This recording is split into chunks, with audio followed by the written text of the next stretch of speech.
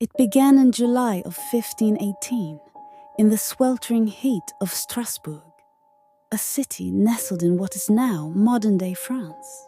Without warning, a woman named Frau Troffea stepped into the street and began to dance, not joyfully, not to music, but with frantic, uncontrollable movements. Her limbs jerked, her feet stamped, and her body twisted as though pulled by invisible strings. At first, people laughed, then they watched in silence. One day passed, then another, and still she danced, exhausted, sweat-soaked, trembling, but unable to stop. Within a week, 30 more people had joined her, then 50, then hundreds. This wasn't a celebration. There were no instruments, no festivals, just chaos. Eyewitnesses described people weeping as they danced, collapsing from sheer exhaustion.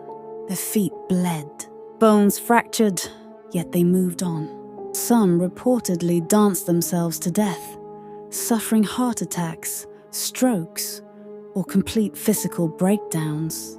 The city's leaders were baffled. Was it a curse, a demonic possession, a divine punishment? Incredibly, their solution was to encourage more dancing. Musicians were brought in. A stage was erected. Maybe, they thought, if the dancers finished what their bodies demanded, the madness would end. But it didn't. The dance spread. Hundreds fell victim, and it became clear. This was no ordinary affliction. Historians still debate what caused it. Some believe it was mass hysteria, triggered by extreme stress, famine, and disease.